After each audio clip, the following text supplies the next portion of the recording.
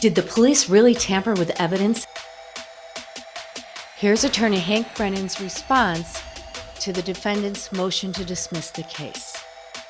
In his opposition argument, attorney Brennan explains why the tampered sallyport video argument is a red herring by the defense. I'm presenting both sides of this case in a neutral light. If you prefer an unbiased approach to this case, then subscribe so you won't miss anything. I'll be covering the upcoming trial and important events leading up to it.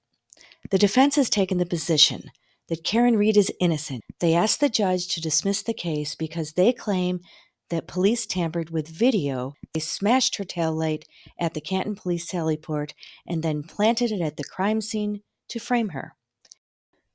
Hank Brennan fights back by counterattacking each defense argument in its motion to dismiss, which I presented in my last video. First, he explains that the late and piecemeal production of the video was an unintentional oversight. Trooper Proctor did not attempt to hide it. He also shows us that the video has always been of poor quality, and finally, there is no evidence whatsoever that Reed's taillight was merely cracked when it entered the sallyport. It was damaged with pieces missing before that. Now, these pretrial arguments from both sides are interesting because they'll provide you with a glimpse of their theories and arguments in the next trial. Please note I've increased the video speed to save time. The defense lodges the idea of bad faith, that there was some type of advantage in that this video was withheld from them on purpose, and again, that is a baseless claim. Trooper Proctor had this video from June 2023 in his file.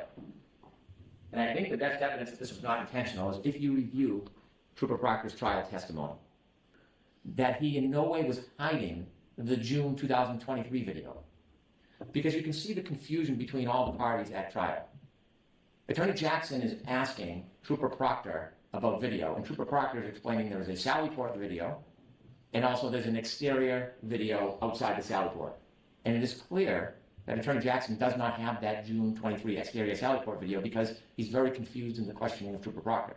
And Trooper Proctor continually tries to explain that there is both the sallyport and there's the exterior video. But there was no intentional withholding. He should have, since it was in his possession, whether it was relevant to the government's case or not, he should have provided it to the prosecutor and then it would have been properly provided. But it was his oversight. It is important to note that the defense never filed a motion for the production of the Canton Police Department video. It also does not prove that ATF agent Higgins lied about making phone calls. The defense suggests there is something in the federal materials that would show relevance because Mr. Higgins said in the federal materials that he does not believe he made any phone calls. If you were to look at that testimony in the federal materials, you would see there was an enormous amount of conversation about the period in which he was sleeping. And there were dialed calls between him and Mr. Albert. And so you have to look at it in context rather than say it's an unequivocal denial and there's an aha moment. There is no aha moment. So what really arises from the subterfuge is that the defense did not ask for video. There was video provided when the prosecutors learned about it. There was video that was in the hand of Trooper Proctor that should have been provided to the prosecutor that wasn't. There was nothing done to alter or taint the video. There was nothing destructive about it. There was no tactical advantage. There was no benefit to the government. And clearly from Trooper Proctor's testimony, there was no effort whatsoever to hide it. It should have been managed better, no doubt. But there was nothing about it that was prejudicial. There was nothing about it that showed tampering or altering. And so ultimately, the import of the defense's argument is that this evidence, this information, is exculpatory. It's exculpatory because what they claim is that it would show that Miss Reed's taillight was cracked, not missing a piece. Now, first thing we look at is Nick Barros' testimony. The defendant told you part of the story. I saw there was some damage to the rear taillight. To my best ability and recollection, that taillight was not completely damaged, it was cracked. But they forgot the next part. And there was a piece missing, but not completely damaged. And here's a clip of the trial testimony from Canton Police Sergeant Nick Barros. I saw that there was some damage to the right rear taillight. To my best ability and recollection, that tail light was not completely damaged. It was cracked and a piece was missing. That's exactly how we see Miss Reed's car later on after it is at Canton. The entire taillight is not missing. There is a piece missing. That piece, where the fractures of it are found at 34 Fairview, right near Mr. O'Keefe's body. The same parts of the taillight fragments that are found in the sleeve of his shirt. And so if that taillight is not just cracked, that taillight is missing, then there is nothing exculpatory whatsoever about the Canton video. It's a red herring. Because there can be no plant of fractured taillight if it's already gone before it gets to Canton. There can't be. And so when looking at the evidence, it is unequivocally clear that piece of the taillight is missing well before that car ever gets to Canton. And so when we look at the evidence, let's start first with the claim that the sallyport videos were tampered with. Canton went back before January 29, 2022, and they took samples of the video to see if it was in the same condition, inverted for the back wall and fuzzy for the front wall. And we have those, and we've turned those over to the defense, and I just wanted Your Honor to see a small clip of that to show this condition, these conditions, existed before this case was even a moment. So with the court's permission, I'm going to ask to put up exhibit number 2. Exhibit number 2 shows the inverted camera from January 1st, 2022. Now this is 28 days before Ms. Reed's Lexus hits the sallyport area. Now you can see it's on that wall, on that garage wall, there's a 4. It is backwards. This sallyport video was not doctored by Trooper Proctor. Exhibit 3 is from January 28, 2022, a day before Ms. Reed's vehicle makes it to the sallyport. And you can see the quality. It wasn't distorted on purpose. It wasn't manipulation by the state police. And this is the way the camera worked in Canton.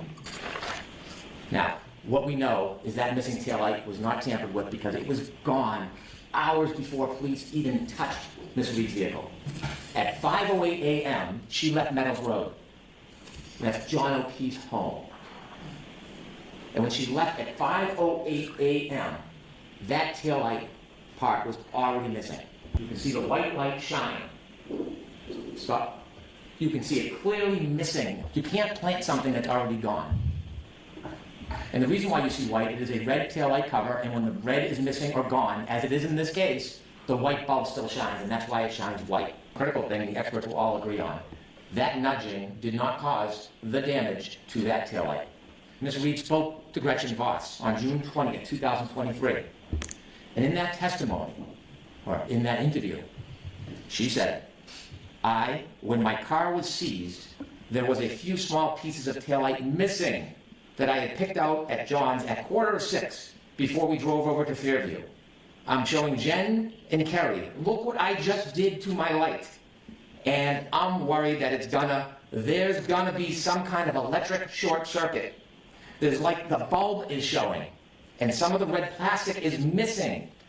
So I picked pieces out of the light housing that kind of collapsed within the light and dropped them in John's driveway.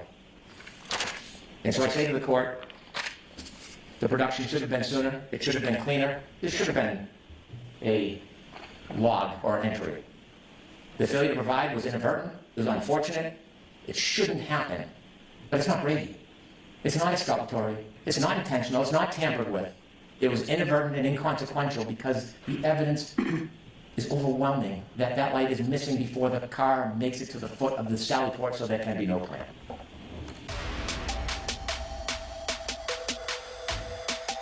Overall, I doubt the judge will dismiss the case, but one thing is we are going to have plenty of fireworks in the next trial. So again, thank you for listening and be sure to subscribe to my channel. See you next time.